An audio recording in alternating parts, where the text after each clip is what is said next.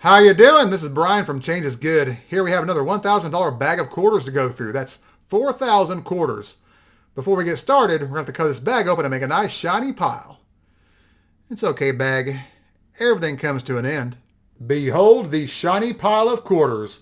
We'll be looking for silver, West Points, proofs, NIFCs, or coins not intended for circulation, foreign coins, mint errors, and varieties, such as double dies or repunched mint marks. When this pile disappears, I'll be back with a recap of the finds. Okay, the bag is done. Let's see what we got.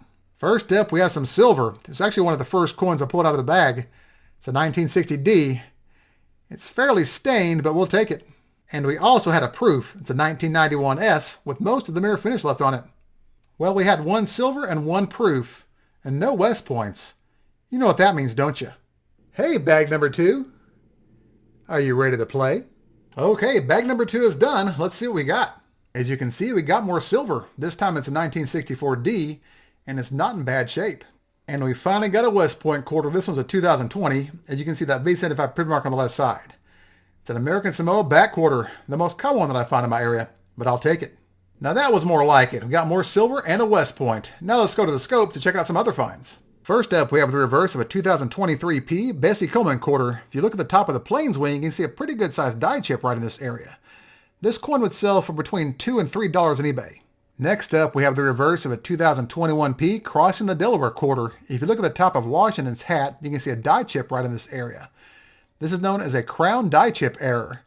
This would sell for around $2 to $3 on eBay, but if the chip was much bigger, it could be as much as $30 to $40. Next up, we have the reverse of a 2017 Ozark Riverways quarter. As you can see, there's a large die chip here inside the tree limbs.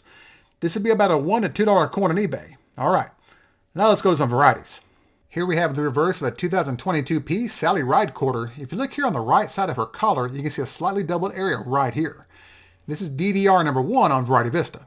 Here we have the reverse of a 2013 Fort McHenry, Maryland quarter.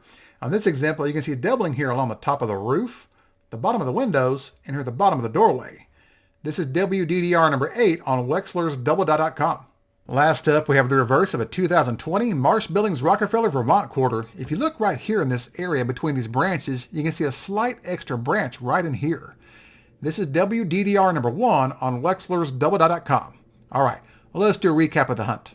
Well, it took 8,000 quarters, but the hunt turned out pretty well. We had a pair of silvers, a West Point, a proof, and some nice mint errors and varieties.